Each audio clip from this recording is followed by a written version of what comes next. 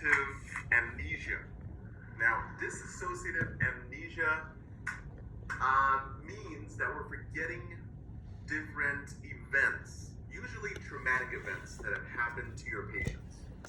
So traumatic events, it can be anything from actually getting injured or being involved, like let's say in an explosion or a car accident, and then moments after you're like, I don't know what happened, I just like blacked out. So we're gonna explain that just a little bit. Here we go. So it's defined as memory loss. Now there's 4 different types: small, medium, large, extra large, okay? So localized mean that there's a short time, hours after the event. Let's say you got in a car accident and you don't remember a few hours after the event being rushed to the hospital, being, I don't know, cut open, operated on, I don't know.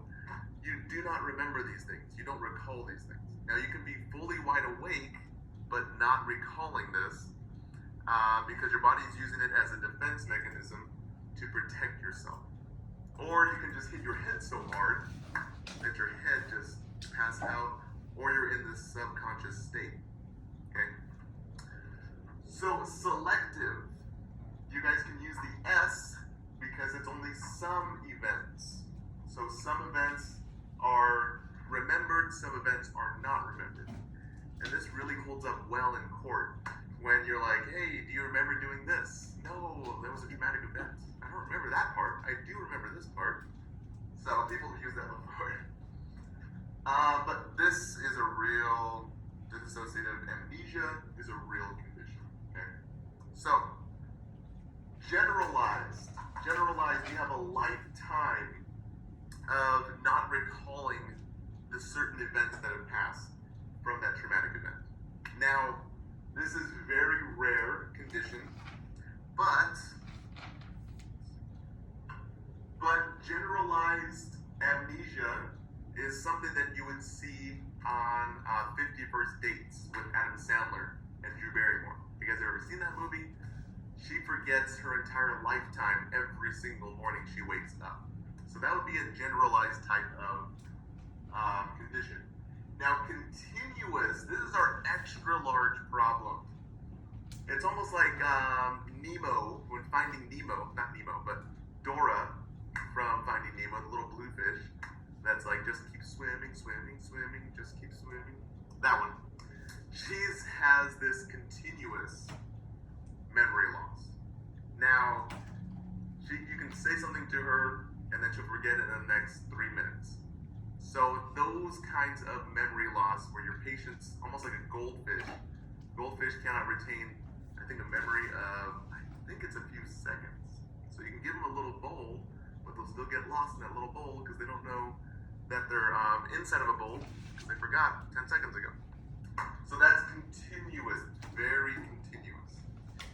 Now again, when I said when we're taking data from your patient, usually there'll be a history of an injury to the brain, traumatic injury.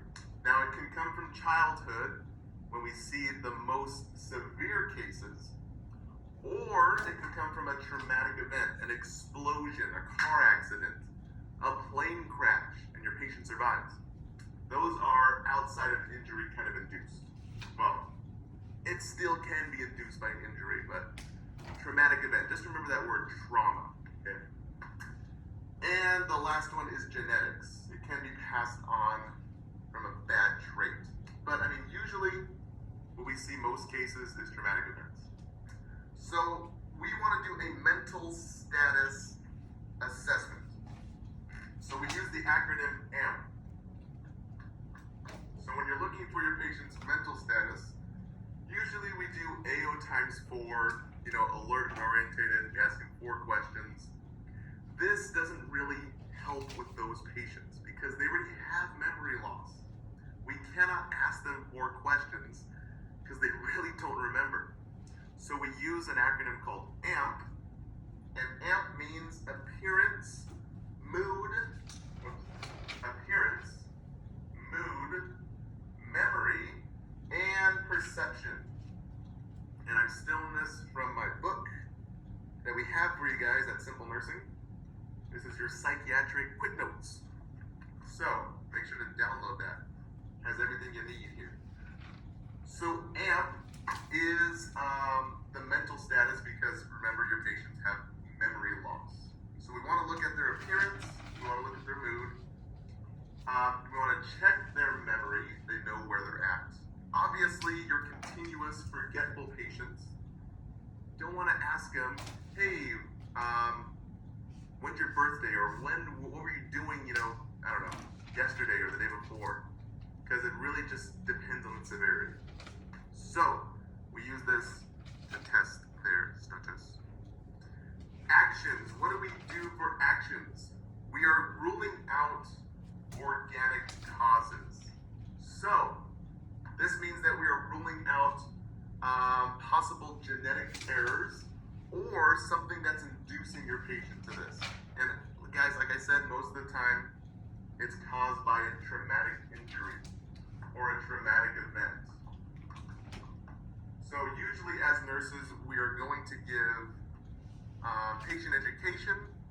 We're going to provide a means for more data gathering. So this means that we are putting your patient in support groups, like a survival support group or war veterans support group.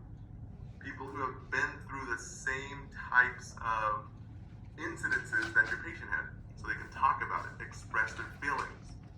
This is a creative, we're going to create a milieu environment where you have the same types of people communicating. Very relaxed environment.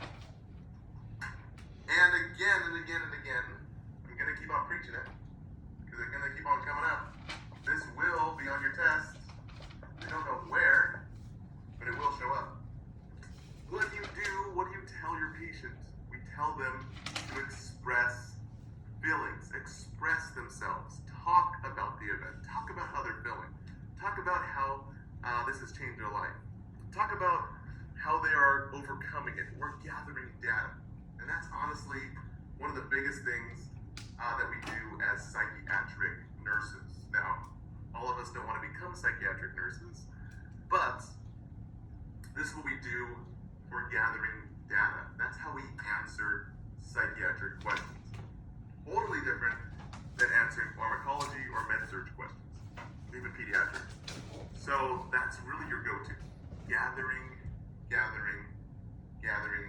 information from your patient.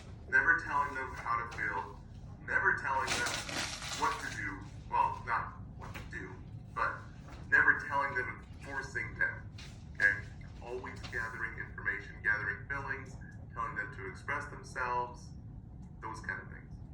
Okay, let's go on into our next video here.